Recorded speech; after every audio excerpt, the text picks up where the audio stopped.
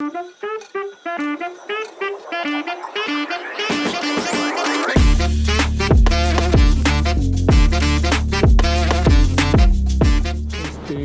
es fácil, de hecho, esta iniciativa de cómo comenzar un trámite de visa de trabajo, sobre todo para las visas H2, las de trabajos de oficio, los que no son de... quien tiene que empezar el trámite es el empleador, o sea, la empresa que va a contratar a la persona. El que los va a recibir allá. El que los va a recibir, que por temporadas requieren mucho personal para trabajar en Estados Unidos en la pizca o en la cosecha de los productos que cultivan. Totalmente, el pasaporte mexicano es, digamos así, en términos llanos o populares, es el permiso que te da tu país para salir del país, para ir a otro lugar, a otro país, y el otro país el que te recibe, pues es el documento primero que tiene que ver para admitirte, salvo los países que piden visa, como Estados Unidos, que otorga sus propias visas a mexicanos, pero hay muchos países que como mexicanos podemos ir, sobre todo la mayoría, China necesitas una visa, Estados Unidos necesitas una visa y Canadá necesitas una visa, pero de ahí en más los países, toda Europa no necesitas una visa, con tu mismo pasaporte vas, de ahí la importancia de ese documento, ¿no? del pasaporte.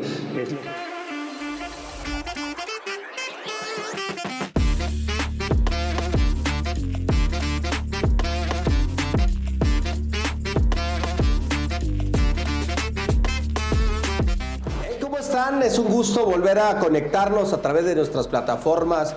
Gracias, siempre agradecido por el seguimiento que le dan nuestras plataformas digitales en todas las partes que estamos. Gracias, agradecido a nombre de todo el equipo que hacemos Toñito Camargo, el podcast. Y hoy tenemos un tema bastante interesante, bastante actual y que nos ayuda, nos va a informar y sobre todo nos va a decir qué hacer en el tema relacionado de las visas y pasaporte. Ya ven cómo está la situación, pero pues para esto tenemos a la persona indicada, es nuestro invitado el día de hoy. Tenemos al licenciado Roberto Colomo, él es director operativo de Flash Visas y Pasaportes.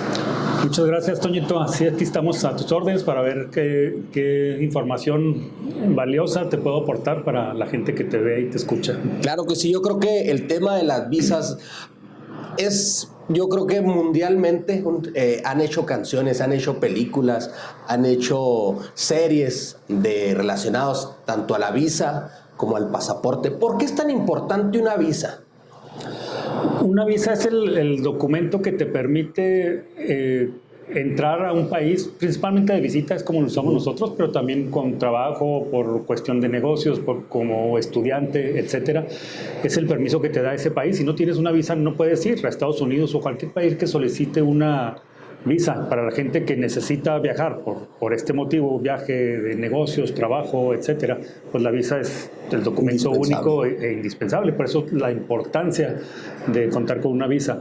Además, hablando de las visas que conocemos, que es la visa americana, aquí en México mucha gente tenemos familia en el otro lado, en Estados Unidos. Entonces ese convivio familiar, esas visitas no se pueden hacer si no tienes una visa. Entonces, para los mexicanos es de doble importancia el poder contar con una visa para ir legalmente a los Estados Unidos. Así es, como dice, es la entrada legalmente al país de los Estados Unidos con la visa, la que comúnmente utilizamos, sobre todo los mexicanos, que estamos por la cercanía que tenemos con Estados Unidos, pues es la visa de turista. Pero ¿qué otro tipo de visas puede obtener un ciudadano mexicano? Hay muchos tipos de visa, te voy a decir las más comunes, la que acabas de mencionar, la de turista, es la B1. La visa que normalmente tenemos se llama B1, B2, nos permite ir de vacaciones bajo la modalidad B1 o de negocios para ir a una exposición, a una capacitación, a firmar un contrato, etcétera. Esa es la visa B2. La nuestra es combinación B1, B2. Hay visas de trabajo que te permiten estar allá en Estados Unidos temporalmente. Hay unas de trabajo que se llaman H2 para los que van a trabajar, por ejemplo, de mecánicos, soldadores, en hotelería, músicos, etcétera, que pueden estar allá hasta un año. Y hay visas de trabajo que se llaman TN, que están bajo el régimen del Tratado de Libre Comercio, que te permiten estar hasta 3 años con posibilidad de extensión a un año más y a un año más. Estas son solamente para profesionistas, ingenieros, médicos, científicos, que deben de tener un título universitario para tener acceso a este tipo de visa. De ahí le siguen las que van junto con este tipo de visas. El que tiene visa de trabajo puede llevar a su esposa, a su pareja, a sus hijos, sin posibilidad de trabajar allá, pero vivir allá o estudiar allá. En caso de los niños, ellos también necesitan una visa cuando el papá tiene visa de trabajo. Hay visas de estudiante, los estudiantes que van y vienen. De intercambio es una de ellas, que viene una persona de Estados Unidos a estudiar acá y uno de México que se va a estudiar allá.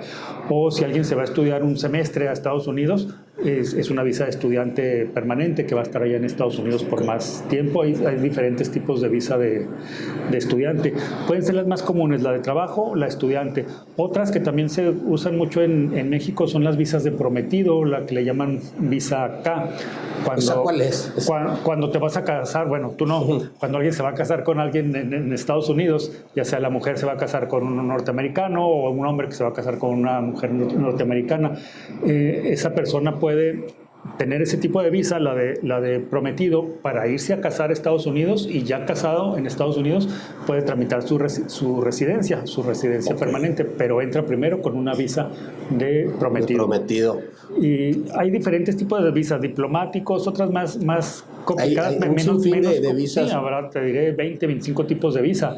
La visa de tránsito, son las que usan los pilotos de avión que llegan a Estados Unidos con su visa de tránsito, porque el avión ahí hace escala, duermen una noche o se están un día y luego siguen su viaje a Europa, a Asia, etcétera. Bueno, ellos tienen un tipo de visa que es la visa C1, visa de tránsito. Que no es muy común que las personas como nosotros, que no tenemos un avión, que no andamos viajando como pilotos, pues ese tipo de visas. Pero ustedes en Flash, para obtener, por ejemplo, la persona, ya ve que ahorita en las noticias está muy actualizado, que va a cambiar el costo de la visa, que va a subir, que los requisitos, por ejemplo, hace poquito subieron el requisito que es indispensable dar el nombre en las redes sociales. ¿Cómo manejan ustedes cuando hacen la entrevista? Sí, mira, las redes sociales en realidad, al hacer la solicitud de visa, se llama formulario DS-160, hay gente que lo conoce de esa manera, es el expediente o es la solicitud, formulario DS-160.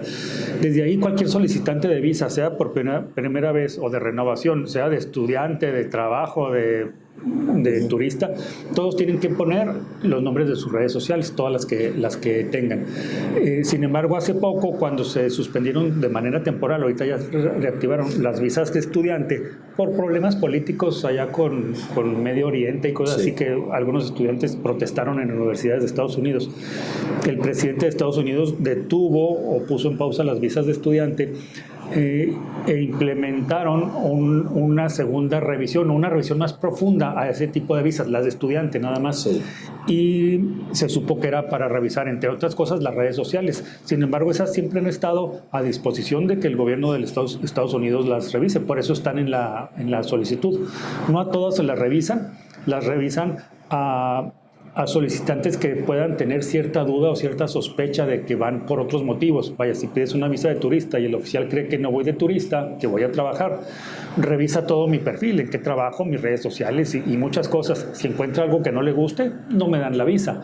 Okay. Entonces, repitiendo, las redes sociales siempre han estado expuestas a revisión. Sin embargo, se hizo famoso, se conoció recientemente por este problema. Lo hizo más público, ¿no? Así como que público, pero ya existía. Ya existía ese tipo de chequeo que te hacen ahí.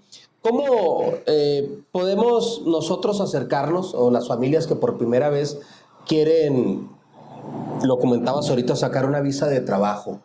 ¿Qué tiene que hacer la persona para sacar una visa de trabajo? No es fácil. De hecho, esta iniciativa de cómo comenzar un trámite de visa de trabajo, sobre todo para las visas H2, las de trabajos de oficio, los que no son de ingenieros o especialistas, ahorita te digo de esas. Quien tiene que empezar el trámite es el empleador, o sea, la empresa que va a contratar a la persona. El que los va a recibir allá. El que los va a recibir. Te voy a poner un ejemplo que aplica para todos. Una huerta de frutas y verduras en Estados Unidos, que por temporadas requieren mucho personal para trabajar en Estados Unidos en la pizca o en la cosecha de los productos que cultivan. Primero, esta empresa tiene que solicitar trabajadores en Estados Unidos y no conseguirlos. Cuando no los consigue y demuestra que no los consigue porque puso anuncios en páginas especializadas de empleos, normalmente no los consigues porque los sueldos son más bajos que los de Norteamérica están acostumbrados a recibir. Primero, pone esa solicitud, no consigue los empleados, entonces ya tiene el permiso, la anuencia de buscar trabajadores en México o en América.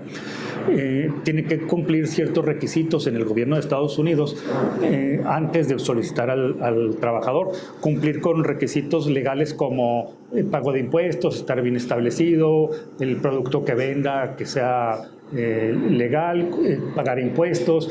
Cuando hace ciertos requisitos. Sí, cuando cumple estos requisitos se pasa ya entonces a solicitar el permiso de trabajo, y por cada trabajador que solicita tiene que pagar un buen dinero.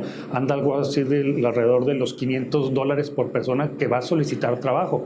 Es como un impuesto o un fee, le llaman en Estados Unidos, que paga al gobierno, y si ese trabajador va a solicitar 10, 20, 100 trabajadores, pues son $500 por cada trabajador. Cuando ya tiene ese permiso, entonces sí busca, normalmente mediante agencias de contratación, los trabajadores en Estados Unidos. Cuando consigue, los trabajadores en México. Y cuando lo consigue, digamos aquí en Delicias, hemos tenido aquí en Delicias trabajadores que sacan ese tipo de visa, es cuando ya tienen que hacer el trámite de la visa normal, así como se saca la visa de turista, se saca la de trabajador, es lo que ya hacemos nosotros. La solicitud individual de ese trabajador, hacemos su formulario, le sacamos sus citas para que vaya al consulado a una entrevista, se paga el monto de la visa, que ahorita son $185, y si ese trabajador es aceptado, va con los documentos que nosotros le damos como tramitadores y va con el documento que el empleador nos manda o le manda al trabajador de aceptación de trabajador mexicano, y si es aceptado en el consulado, entonces le dan su visa. Le llega por DHL a los 15 días, a los ¿Cuánto dura esa visa? Estas visas de trabajador temporal duran 1 año con posibilidad de extenderse otro año más. Ese año el trabajador puede estar allá, obviamente trabaja, paga impuestos, se puede llevar a su familia y ese año sus hijos estar en la escuela. ¿Se permite eso? Se permite. Su esposa o su pareja no pueden trabajar, los hijos no pueden trabajar, aunque sean mayores de edad, solamente pueden estudiar durante el tiempo que el trabajador tiene su visa de trabajo. Y los otros tipos de visa, los que son amparadas por el Tratado de Libre Comercio, es prácticamente lo mismo, nada más que es a otro nivel, a nivel profesionistas, es para ingenieros, científicos, etcétera. Y esas visas son por 3 años y los beneficios son los mismos. Va a estar allá el trabajador, se puede llevar a su familia, a sus hijos, les tiene que tramitar visa a sus hijos y a su familia para estar allá. Pero esas visas son, digamos que fácil de obtener una vez que la empresa, el empleador, hizo todo ese trámite previo, que es complicado y que dura meses, no es tan rápido. Ya que tiene ese permiso, es fácil para el trabajador solicitarla aquí y que le autoricen esa visa porque ya tiene ese respaldo de la empresa en Estados Unidos. Es el que lo respalda. La empresa tal, mire, lo estamos solicitando para que nos brinde estos servicios. Exactamente. Así que concédale ese beneficio para la familia. Concédale ese beneficio. Incluso el empleador le pone lugar donde vivir o le renta casa, o empleadores como los agricultores tienen lugares ya para los famosos motorhome o muchos lugares para hospedar, y se llevan 100 trabajadores y le dan hospedaje a los 100. Entonces el gobierno sabe dónde está el trabajador en todo momento. Por eso es más fácil que les den la visa, porque son totalmente localizables. Ok. Ahorita que estamos tratando esa información de las visas, yo creo que la gente que nos escucha o que nos ve a través de este espacio, pues yo creo que ha habido más que todo desinformación. La mayoría de las noticias se desinforman y pasa el teléfono descompuesto. ¿Por qué es importante acudir a este tipo de oficinas, de empresas como la suya, para que no les salgan con que es que me lo hicieron por vía teléfono, entonces la solicitud, caen en fraudes, pueden hacer mal uso de sus papeles? ¿Por qué es importante acudir con ustedes? Sí, mira, es importante acudir a una agencia o un tramitador calificado. No hay aquí en México todavía algún tipo de certificación o permiso para este tipo de trabajos, entonces tenemos que basarnos en en ser empresas que estemos localizables, de tener buena reputación en redes sociales de gente que ha hecho trámite y opina. La opinión de la gente, al fin de cuentas, es muy valiosa. La gente no miente. Le trabajas mal y te califica mal. Claro. Trabajas bien y lo hace bien. Entonces, gente que agencias que estén establecidas físicamente, que sean localizables tanto por teléfono como por WhatsApp, como personalmente. Gente que tenga, o empresas que tengan años trabajando, que tengan buena reputación en sus redes. Todo esto da la confianza para poder ir a hacer el trámite con esas agencias, basado en esas referencias. Y la empresa como tal debemos de responder, en nuestro caso Flash Visas, de responder a esa confianza que el solicitante o el cliente nos da, haciéndole un trámite transparente, diciéndole lo que de su solicitud dice, aunque nosotros la llenamos, es información que el cliente nos da. Hay quienes no trabajan de esa manera y dan por hecho alguna información y la ponen en la solicitud sin que el cliente lo sepa. Información que a lo mejor creen que no es muy relevante, pero todo es relevante. Por eso hay que preguntarle todo al cliente, hasta la pregunta más obvia. Te doy un ejemplo, le preguntamos al cliente que si tiene otra nacionalidad, porque ahí esa pregunta viene. Y hemos tenido mexicanos que sí, que son también colombianos o que son también salvadoreños, y si no lo ponemos puede tener problema. Entonces, todas las preguntas se las hacemos al cliente y todas las ponemos en el expediente. El expediente se lo damos al cliente antes de mandarlo al consulado de los Estados Unidos. El expediente, el DS-160, se lo damos para que lo revise, lo que no entiende nos pregunta, si algo hay que cambiar, se cambia, y ya cuando el cliente está de acuerdo, o sea, de manera transparente, él sabe lo que dice su propio expediente, es cuando ya lo damos de alta en el portal del consulado, y el día que va a la entrevista, el oficial consular hace las preguntas basadas en ese expediente. Entonces, como involucramos al cliente en el llenado del mismo, no le cae nada de sorpresa. Todo lo que le preguntan, él ya lo sabe. Primero, porque es su propia información. Nunca le decimos que cuente mentiras ni nada de eso. Le decimos que diga la verdad y cómo resaltar las partes buenas que tenga que decir. Y toda esa verdad está escrita en su expediente. Entonces, hace clic por todos lados y no hay sorpresas, ni va uno a decir cosas que no deba o que no hayan estado en su expediente. Por eso la transparencia en los trámites es la parte vital para una buena entrevista y para un buen resultado en la solicitud de visa. Oiga, licenciado, vemos ahorita en la actualidad pues que se han puesto, más que todo yo pienso al ver los noticias, los informes que salen en boletines, en el consulado, en las noticias, que va a subir el precio de la visa. ¿Es esto cierto o no? Todavía no hay una fecha o sí va a haber un aumento. En todo tiene razón. Sí es cierto, pero no hay una fecha y no hay comunicados oficiales. En lo que nos basamos ahorita es que, esto sí se sabe y esto es oficial, que el 4 de julio se aprobó una ley. De hecho, tiene un nombre muy extraño, la ley hermosa y grandiosa, algo así que le puso el presidente Trump. Parece chiste, pero es verdad, así se llama la ley. Se aprobó el 4 de julio y es la ley de ingresos, igual como se hace acá en México. Es la ley de ingresos. Y en esa ley de ingresos se contempla que por cada visa que el consulado o la embajada expida, va a cobrar una tarifa de $250 a manera de fianza o de depósito. Esos $250 los va a tener el gobierno de Estados Unidos, y cuando tu visa se vencen en 10 años, normalmente eso duran las visas, te regresan los $250, pero es dentro de 10 años.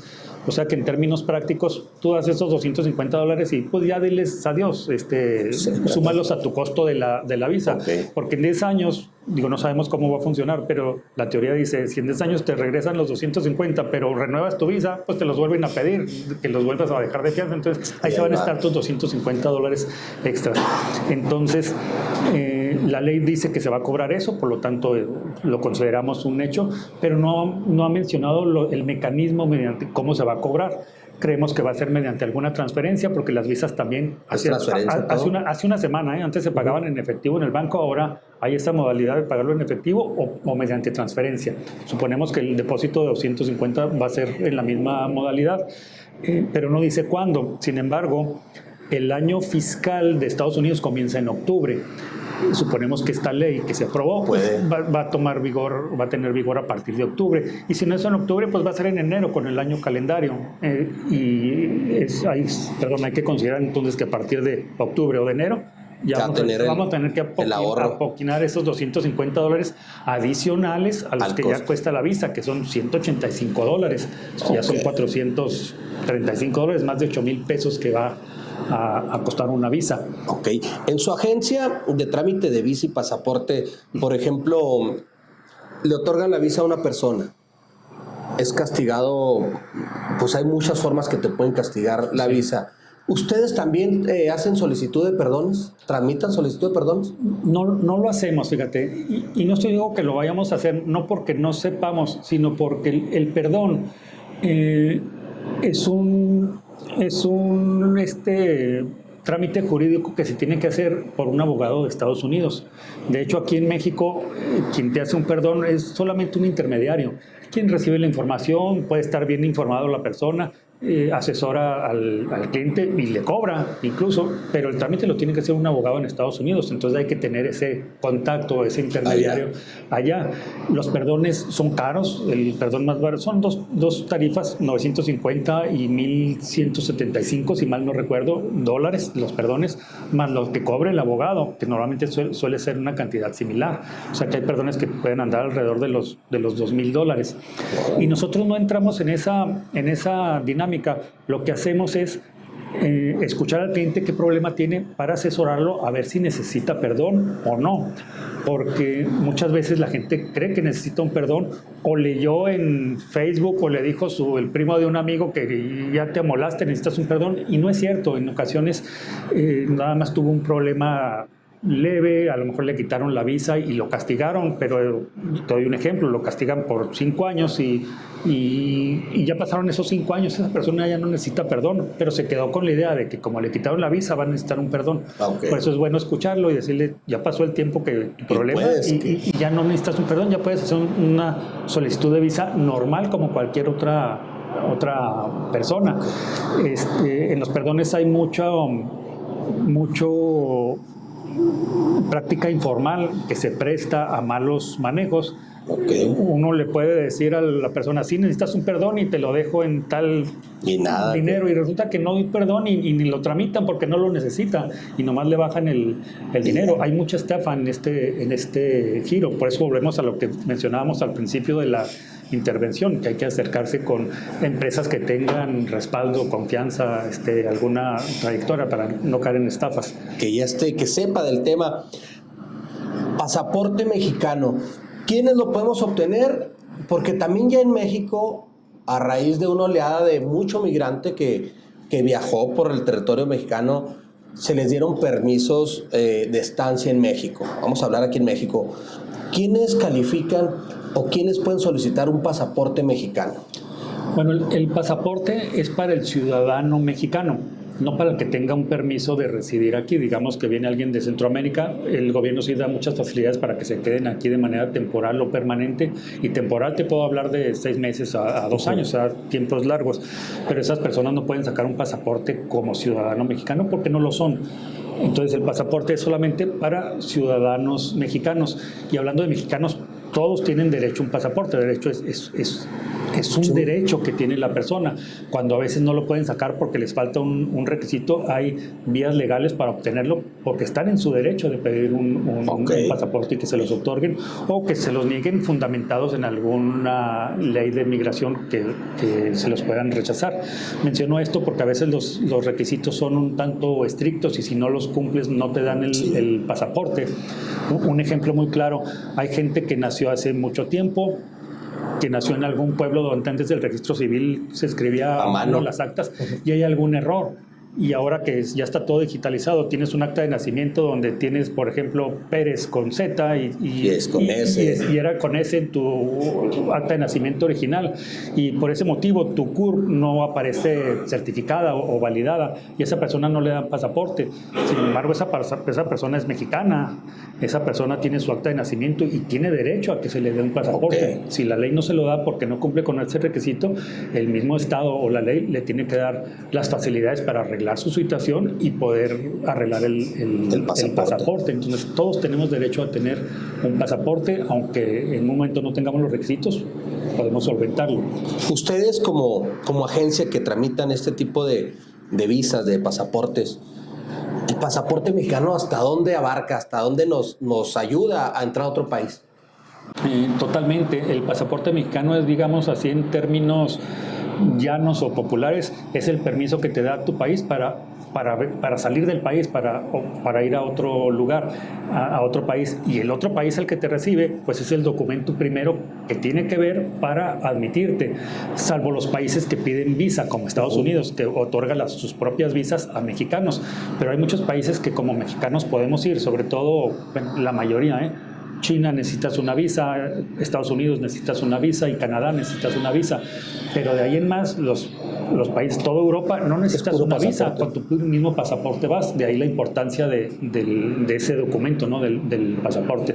Es lo que nuestro país, México, te identifica como ciudadano y te da el permiso. Es la llave, como es la llave para entrar a otro país. O sea, ¿cuánto dura la vigencia de los pasaportes? Hay pasaportes por 3, 10 y 10 años. Hay otros especiales de 1 año que se lo dan a los niños que están chiquitos, que se lo dan nada más por 1 año porque cambian mucho físicamente, y en 1 año ya les dan uno por 3 años, y a partir de los 4 o 5 años ya les pueden dar pasaporte por el tiempo que soliciten. Pero los normales, 3, 6 y 10 años. Oiga, muy interesante que nos comentó ahorita, cuando alguien se casa en Estados Unidos, me imagino que entran con la visa de turista, se enamoran allá de una gringuita, de allá de Estados Unidos. ¿Ustedes tramitan también ese tipo de visas para que sea más rápido el trámite oficial que ellos necesiten? Sí, la visa de prometido es la visa acá, sí, también nosotros la tramitamos.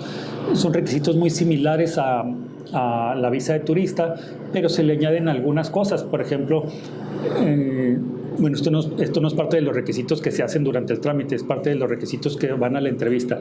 El día que ese prometido o prometida que se quiere casar en Estados Unidos, va a la entrevista, tiene que demostrar que tiene su novio o su novia allá, que lo conoce desde hace tanto tiempo. Aquí entran ya fotografías, publicaciones en redes sociales de hace 1 año, 2 o 3, donde estén juntos en Estados Unidos o acá, para demostrar que se conocieron.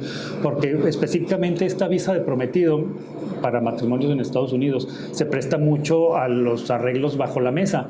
Hay gente que se casa con su amiga, su amigo, te pago, me caso contigo y luego nos divorciamos, pero ya soy residente en Estados Unidos. Entonces a ellos los auditan o los revisan mucho. A ellos sí les van a revisar sus redes sociales, lo que platicábamos ahorita, sus fotografías y todo. Tienen que demostrar plenamente que van a estar allá. Okay. Pues está interesante eso. Así que fíjense, hay que hacer buen uso de los documentos oficiales. En este tanto que la visa ha tomado una importancia, yo creo que ya muy, muy específica a los mexicanos, que ahora sí que nos tienen, pues no bajo la lupa, pero sí que nos piden un poquito más el requisito de la visa americana, que también es adicional el pasaporte mexicano, porque en algunos puertos de entrada ya no nomás es la visa americana.